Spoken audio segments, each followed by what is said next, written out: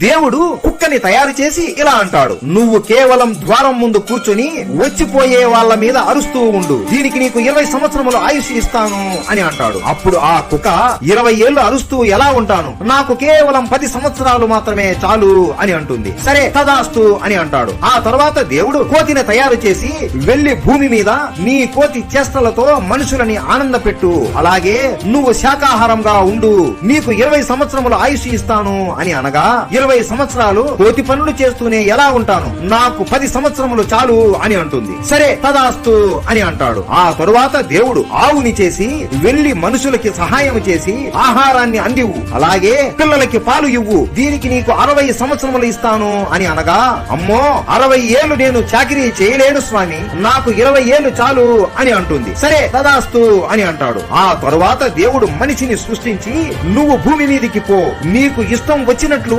ఆనందంగా బ్రతుకు, తిను తాగు, శృంగారం చెయ్యి, ఏ పని అయినా నీకు ఇష్టం వచ్చినట్లు చేసుకో, దీనికి నీకు 20 సంవత్సరములు ఆయుష్ ఇస్తాను అని అనగా 20 ఏళ్లేనా, ఇది చాలా తక్కువ స్వామి, నాకు ఆవు వద్దనుకున్న 60 ఏళ్లు, కోతి వద్దనుకున్న 10 ఏళ్లు, కుక్క వద్దనుకున్న 10 ఏళ్లు ఉన్నాయి కదా, అవి కూడా నాకే ఇవ్వండి అని అనగా దేవుడు నవ్వుకొని, సరే నీ ఇష్టం, కానీ మీరు మొదటి 20 సంవత్సరములు ఆడుకుంటూ సరదాగా గడుపుతారు, తరువాత 40 సంవత్సరములు ఆవులాగా గొడ్డి చాకిరీ చేసి కుటుంబం కోసం కష్టపడతారు, ఆ తరువాత 10 ఏళ్లు ముసలవాడిలాగా అయి కోతిలాగా మనవళ్ళు మనవరాలని ఆడిపిస్తారు, మిగిలిన 10 ఏళ్లు ఒక కుక్కలాగా వచ్చిపోయే వాళ్ళ మీద అరుస్తూ గుణుగుతూ ఉంటారు అని తదాస్తు అని మనిషిని పుట్టిస్తాడు. అలా మన జీవితం మొదలయ్యింది. వీడియో నచ్చినట్లయితే హర హర మహాదేవా అని కామెంట్ చేయండి.